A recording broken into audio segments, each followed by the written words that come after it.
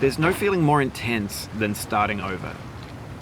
If you deleted your homework the day before it was due, as I have, or if you left your wallet at home and you have to go back after spending an hour in the commute. If you won some money at the casino and then put all your winnings on red but it came up black. If you got your best shirt dry cleaned before a wedding and then immediately dropped food on it. If you won an argument with a friend and then later discovered that they just returned to their original view. Starting over is harder than starting up. If you're not ready for that, like if you've already had a bad day, then what you're about to go through might be too much. Feel free to go away and come back. I'll be here.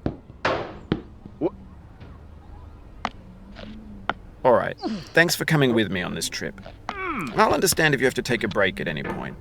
Just find a safe place to stop and quit the game. And don't worry, I'll save your progress, always. Even your mistakes.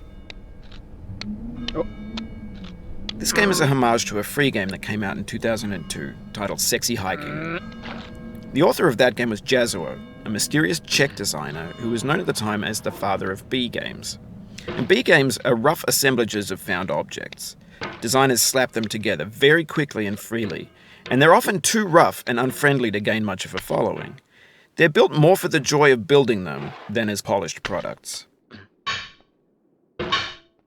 In a certain way, Sexy Hiking is the perfect embodiment of a B game.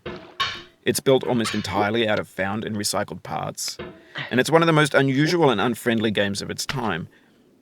In it, your task is simply to drag yourself up a mountain with a hammer. And that act of climbing, in the digital world or in real life, has certain essential properties that give the game its flavor. No amount of forward progress is guaranteed. Some cliffs are too sheer or too slippery. And the player is constantly, unremittingly in danger of falling and losing everything. Anyway, when you start Sexy Hiking, you're standing next to this dead tree that blocks the way to the entire rest of the game. It might take you an hour to get over that tree, and a lot of people never got past it. You prod and you poke at it, exploring the limits of your reach and your strength, trying to find a way up and over. And there's a sense of truth in that lack of compromise. Most obstacles in video game worlds are fake. You can be completely confident in your ability to get through them once you have the correct method or the correct equipment or just by spending enough time. In that sense, every pixelated obstacle in Sexy Hiking is real.